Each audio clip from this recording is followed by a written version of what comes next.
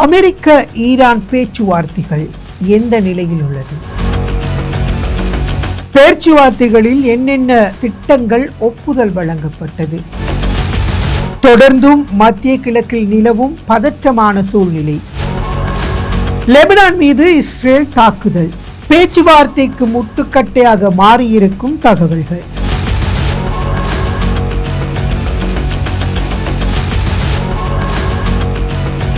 மகுடம் டிவி சொந்தங்களுக்கு வணக்கம். இது நோ டாபிக். நான் உங்கள் சேகு. இன்றைக்கும் பார்த்தீங்கன்னு சொன்னால் நோ டாபிக்ல நாங்கள் நிறைய விடயங்கள் பேசலாம். இப்போ எல்லோருக்கும் ஒரு மூச்சு விடக்கூடிய ஒரு முக்கியமான தகவல்களாக இப்போ மத்திய கிழக்கினுடைய போர் நிலவரங்கள் மாறி இருக்கிறது அப்படின்னு சொல்லப்பட்டிருக்கிறது. குறிப்பாக அமெரிக்கா ஜனாதிபதியினுடைய அந்த ஒப்பந்தம், சுவிட்சர்லாந்தில் வைக்கப்பட்ட அந்த ஒப்பந்தம், அதே போல் ஈரானினுடைய பக்கத்திலிருந்து வைக்கப்பட்ட அந்த ஒப்பந்தங்கள் தொடர்பில் பரவலாக பேசப்பட்டு கொண்டு நேற்றைய தினம் பேச்சுவார்த்தைகளினுடைய முதற்கட்ட நகர்வுகள் ஆரம்பிக்கப்பட்டிருந்தது. இந்த பேச்சுவார்த்தையினுடைய முதற்கட்ட நகர்வுகள் ஆரம்பிக்கப்பட்ட நாள் முதல், இந்த பேச்சுவார்த்தைக்கான உடன்படிக்கையில் கைச்சாத்திடப்பட்ட நாள் முதல் பரவலான பல கருத்துக்கள் சமூக வலைத்தளங்களிலும் சரி ஏனைய இடங்களிலும் சரி தெளிவாக பதிவிடப்பட்டு கொண்டிருந்தது. இஸ்ரேல் இந்த உடன்படிக்கைக்கு எதிர்ப்பினை தெரிவித்துக் கொண்டிருந்தது. தான் ஓரங்கட்டுப்பட்டு விட்டதாகவும்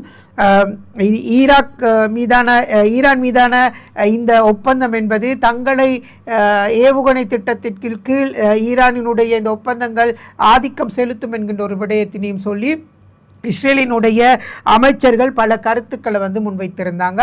ஆனால் இந்த உடன்படிக்கை கைச்சாத்தான உடனேயே ஹோர்முஸ் நீரினுடைய போக்குவரத்துகள், கப்பல் போக்குவரத்துகளுக்கு அனுமதி வழங்கப்பட்டு அங்கே உரிய பாதுகாப்பு நடவடிக்கைகள் எல்லாம் மேற்கொண்டு கப்பல் போக்குவரத்திற்கு வழிகள் திறக்கப்பட்டிருந்தது அப்படின்ற விஷயத்தை சொல்லியிருந்தாங்க.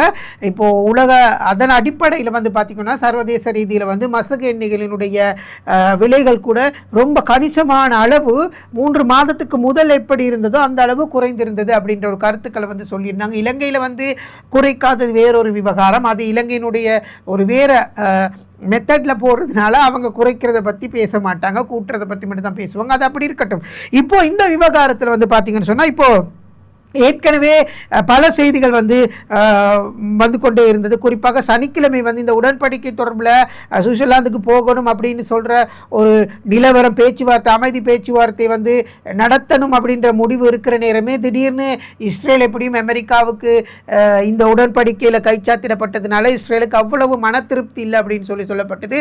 அதற்கு பிறகு பார்த்தீங்கன்னு சொன்னால் இஸ்ரேல் திடீர்னு லெபனான் மீது தாக்குதல் நடத்தி இருந்தது. அப்போது ஈராக் இந்த விவகாரங்கள், ஈரான் இந்த விவகாரங்களை உன்னிப்பாக அவதானித்து ஈரான் என்ன சொல்லுச்சுன்னு சொன்னால், இப்போ நாங்கள் லெபனான் மீது இந்த உடன்படிக்கை கிட்டத்தட்ட 16 கோரிக்கைகள் முன்வைத்து தான் இந்த உடன்படிக்கைகள் 2 நாடுகளுக்கு இடையிலும் இணையதளத்தினூடாக டிஜிட்டல் முறையில் கைச்சாத்திடப்பட்டுச்சு.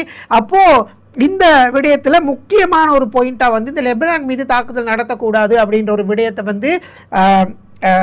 ஈரான் சொல்லி இருந்தது. ஆனால் லெபனான் மீது இஸ்ரேல் இந்த தாக்குதலை நடத்தின உடனேயே திரும்ப ஹோர்முஸ் நீரிணையை மூடுறோம், நாங்கள் இந்த பேச்சுவார்த்தைக்கு வரமாட்டோம் அப்படின்ற ஒரு விடயத்தை ஈரான் சொல்லி இருந்தது.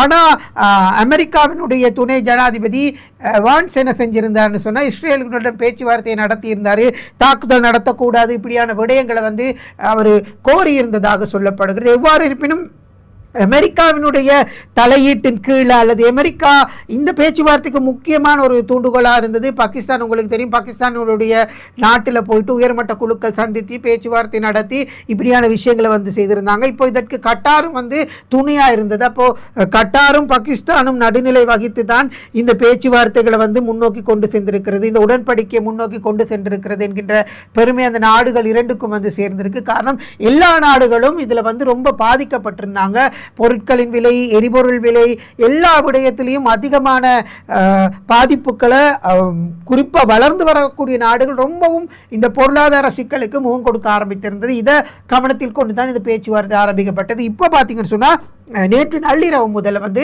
தொடர்ச்சியாக இந்த பேச்சுவார்த்தைகள் முன்னெடுக்கப்பட்டிருந்தது. இரவிரவாக பேசியிருந்தாங்க. இங்கே வந்து நிறைய விஷயங்கள் வந்து சமூக வலைத்தளங்கள் வந்து பதிவிட்டிருந்தாங்க. அதில் ஒரு பதிவு இப்படி வந்திருந்துச்சு. லெபனானின் அதிக ஊதியம் பெறும் லெபனானில் வந்து அதிக ஊதியம் பெறும் ஈரானினுடைய கைக்கூலிகள் அப்படின்னு சொல்லி அமெரிக்கா ஜனாதிபதி நேரடியாக இந்த பேச்சுவார்த்தையில் கலந்து கொண்டிருந்ததாக சொல்லப்படுகிறது.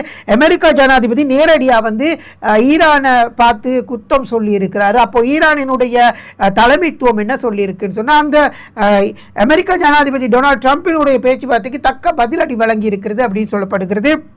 இப்போ ஈரான் இந்த ஊதியம் வழங்குற இந்த ஆட்களை வந்து உடனடியாக நிறுத்த வேண்டும் அப்படின்னு சொல்லி இருக்கிறாரு. அவர்கள் அவ்வாறு செய்யாவிட்டால் கடந்த வாரம் ஈரான் மீது நடத்தப்பட்ட தாக்குதல் போன்று கடுமையான தாக்குதலை வந்து சந்திக்க நேரிடும் அல்லது தாக்கங்களை சந்திக்க நேரிடும் அப்படின்னு சொல்லி டொனால்ட் ட்ரம்ப் சொல்லியிருந்ததாக சொல்லப்பட்டிருக்கிறது. எனவே இந்த கருத்துக்கு எதிராக ஈரானிய தூதுக்குள் வெளிநடப்பு செய்திருந்தாங்க அப்படின்னு கூட சொல்லியிருந்தாங்க. அதன் பின்னர் டொனால்ட் ட்ரம்பின் உரைக்கு ஈரானினுடைய நாடாளுமன்ற சபாநாயகர் வந்து பதிலளித்திருந்தார். தங்கள் வந்து இந்த மிரட்டலுக்கு பயம் இல்லை, இந்த மிரட்டலை கண்டு தாங்க அஞ்ச போவது இல்லை. இன்றைய இந்த அவநம்பிக்கையான ஒரு நிலையை வந்து அமெரிக்காவும் இஸ்ரேலும் தான் ஏற்படுத்தி இருக்கிறது. எனவே ஒருபோதும் அமெரிக்காவினுடைய இந்த மிரட்டலுக்கு நாங்கள் அஞ்ச போவதும் இல்லை, பயப்பட போவதும் இல்லை. நாங்கள் இந்த வார்த்தையை, அமெரிக்க ஜனாதிபதியினுடைய இந்த வார்த்தையை வந்து நாங்கள் மதிக்கிறதே இல்லை அப்படின்னு சொல்லி ஈரானினுடைய சபாநாயகர் சொல்லியிருந்தார்.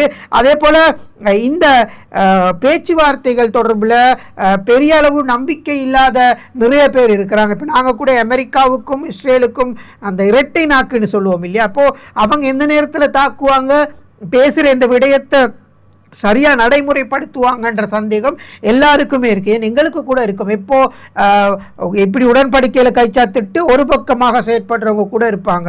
உடன்படிக்கை தங்களுக்கு சாதகமாக பயன்படுத்தி கொண்டு உடன்படிக்கை அப்படின்னு சொல்லியே தாக்குதல் நடத்துகிறவங்களும் இருப்பாங்க. அது போன்ற இரண்டு நாடுகள் தான் இந்த அமெரிக்காவும் இஸ்ரேலும் அப்படின்றது வந்து எல்லா நாடுகளுக்கும் உலகத்தில் இருக்கக்கூடிய எல்லா தலைவர்களுக்கும் தெரிஞ்ச ஒரு விஷயமாக இருக்கிறது.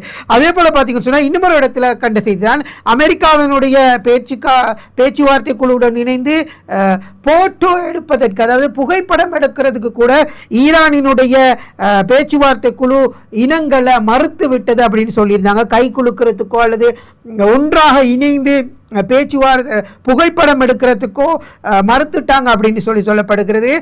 ஈரான் பேச்சுவார்த்தை சுவிட்சர்லாந்தில் வந்து ஆரம்பித்த நேரத்தில் வந்து இந்த பேச்சுவார்த்தை தொடங்கி ஈரான் மற்றும் அமெரிக்கா தூதுக்களுக்கு இடையில் வந்து கைக்குழுக்களுக்கு அல்லது ஃபோட்டோ எடுக்கவோ இவ்வாறான நிகழ்வுகளை நடத்துறதுக்கு வந்து அமைப்பாளர்கள் வந்து திட்டமிட்டிருந்தாங்க. ஆனால் ஈரான் வந்து பேச்சுவார்த்தை குழுவின் தலைவர் வந்து முடிவெடுத்திருந்தாது. அந்த சம்பிரதாயங்கள் எல்லாம் நம்மளுக்கு வேணப்பா, உங்களோட கை குலுக்குனா அந்த கை என்ன ஆக போகுது அப்படின்றது எங்களுக்கு தெரியும், அதனால வந்து இதெல்லாம் தேவையில்லை அப்படின்னு சொல்லி நிராகரித்ததாக சொல்லப்படுகிறது. எனவே ஈரானினுடைய பேச்சுவார்த்தை குழுவின் எதிர்ப்பு மற்றும் அவர்களது போட்டோ எடுக்கும் நிகழ்வில் கலந்து கொள்ளாததை அடுத்து நேரடி ஒளிபரப்பு போட்டோ எடுக்கும் நிகழ்வு நிறுத்தப்பட்டது அப்படின்னு சொல்லி சில செய்திகள் வந்து வெளியாகின்றது.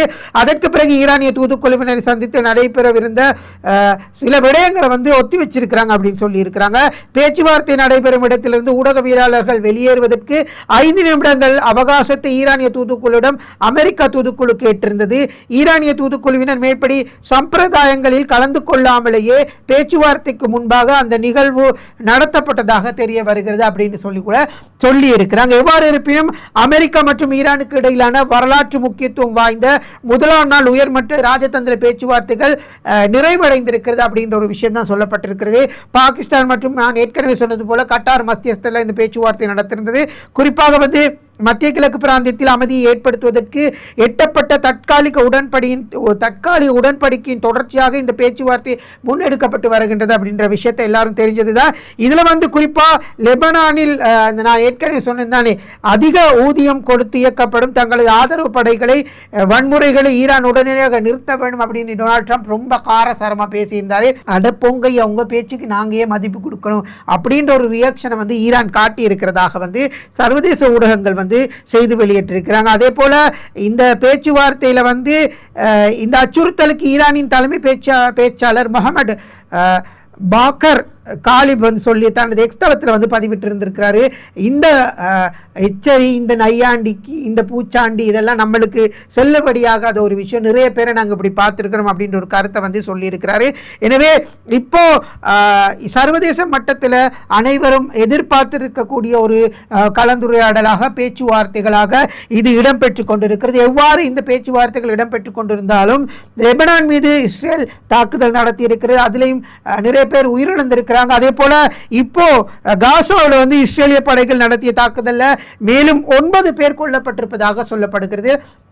மத்திய கிழக்கில் லெபனான்லேயாக இருக்கட்டும் அல்லது காசாவிலேயாக இருக்கட்டும், ஏனைய பகுதிகளில் இஸ்ரேல் நடத்துகிற தாக்குதலை நிறுத்தணும் அப்படின்றது வந்து அந்த உடன்படிக்கையில் முக்கியமான கோரிக்கையாக இருக்கின்ற வேளையில், அந்த இஸ்ரேல் என்ற நாடு எப்படிப்பட்ட நாடு, அதனுடைய தலைமைத்துவம் எப்படிப்பட்டதுன்னு வந்து யாரும் சொல்ல தேவையில்லை. எங்கேயாவது தாக்குதல் நடத்தி கொண்டிருக்கணும், யாரையாவது கொலை செஞ்சுட்டு இருக்கணும், இப்படியான ஒரு நிலைமையில தான் அவர்கள் இருக்கிறாங்க. அதனால் வந்து இந்த தாக்குதல் விடயங்கள் வந்து மும்முரமாக நடத்தப்படுது அப்படின்னு சொல்லப்பட்டிருக்கிறது. எனவே இப்போ தெற்கு லெபனானில் உள்ள ஒரு பகுதியில் வந்து இஸ்ரேலிய படைகள் எக்காரணம் கொண்டும் பின்வாங்காது அப்படின்ற ஒரு விடயத்தை வந்து இஸ்ரேலினுடைய பாதுகாப்பு அமைச்சர் காட்ஸ் அறிவித்துள்ளார் அப்படின்ற செய்தி கூட சொல்லியிருக்கிறாங்க. எனவே நாங்கள் பின்வாங்க மாட்டோம். அதே போல் ஒரு டெட்லைன் ஒன்று கொடுத்துருந்தாங்க. அந்த டெட்லைன்ல இருந்தும் தாங்கள் விலகுவதாக, அந்த டெட்லைனை நீக்கப் போவதாக வந்து லெபனானில் இருந்து அந்த எல்லை டெட்லைனை வந்து நீக்க போவதாக வந்து இஸ்ரேல் அறிவித்திருக்கிறது. அந்த ஒரு குறிப்பிட்ட எல்லை பகுதியை வந்து நீக்கிட்டு முன்னேறதுக்கான நடவடிக்கைகளை இஸ்ரேல் எடுத்திருக்கிறது அப்படின்னு சொல்லி இருக்கிறாங்க. ஆனா இந்த அமெரிக்கா ஈரானினுடைய இந்த உடன்படிக்கை எவ்வளவு காலத்துக்கு செல்லுபடியாகும்? இஸ்ரேல் போல ஒரு ஒரு ஒரு நடுநிலை ஒரு நடுவில் இருக்கிற ஒருத்தவரை வச்சுக்கொண்டு இந்த அமெரிக்கா எவ்வாறு தன்னுடைய இந்த உடன்படிக்கையில் இருக்கக்கூடிய சட்டத்திட்டங்களை எவ்வாறு பின்பற்ற போகுதுன்றது ஒரு கேள்வி இருக்கிறது. எனவே இந்த உடன்படிக்கைக்கு அமெரிக்கா ஈரானினுடைய அணு ஆயுதங்கள் தொடர்பான விடயங்கள் பேசுறதுக்கும் 60 நாட்கள் கால அவகாசம் வழங்கி இருக்கிறது. இந்த கால அவகாசத்திற்குள்ள ஈரான் என்ன செய்ய போகிறது, இல்ல மீண்டும் இஸ்ரேலினுடைய இந்த நடவடிக்கை காரணமாக, தன்னிச்சையான அல்லது மிலேச்சத்தனமான செயற்பாடுகள் காரணமாக மீண்டும் ஹோர்முஸ் நீரிணை மூடப்படுமா, மீண்டும் இந்த பேச்சுவார்த்தைகளில் சிக்கல் வருமா என்ற அச்சத்தில் தான் இப்போதும் அந்த சூழ உள்ள நாடுகளும் ஏனைய உலக நாடுகளும் கொஞ்சம் மன அச்சத்துடன் இருக்கிறாங்க.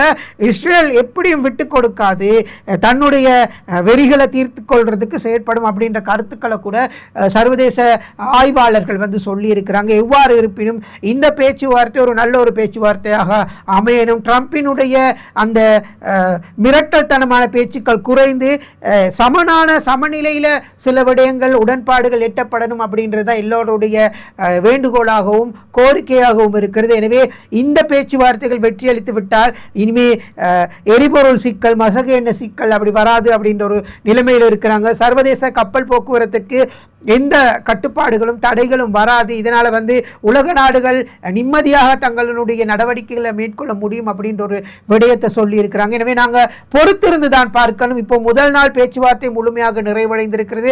அடுத்த பேச்சுவார்த்தைகள் எத்தனை மணிக்கு எப்போது என்கின்ற அறிவிப்பு கூட வரும். எனவே நாங்களும் அவதானத்தை செலுத்தி கொண்டிருக்கிறோம். இந்த விடயத்தில் அடுத்த கட்ட நகர்வாக என்ன நடக்க போகிறது என்பதை வந்து பொறுத்திருந்து பார்க்கலாம். மற்றும் ஒரு நோ டாபிக்ல உங்களை சந்திக்கலாம். விடை பெற்றுக் கொள்கின்றேன். நான் சேகு. நன்றி, வணக்கம்.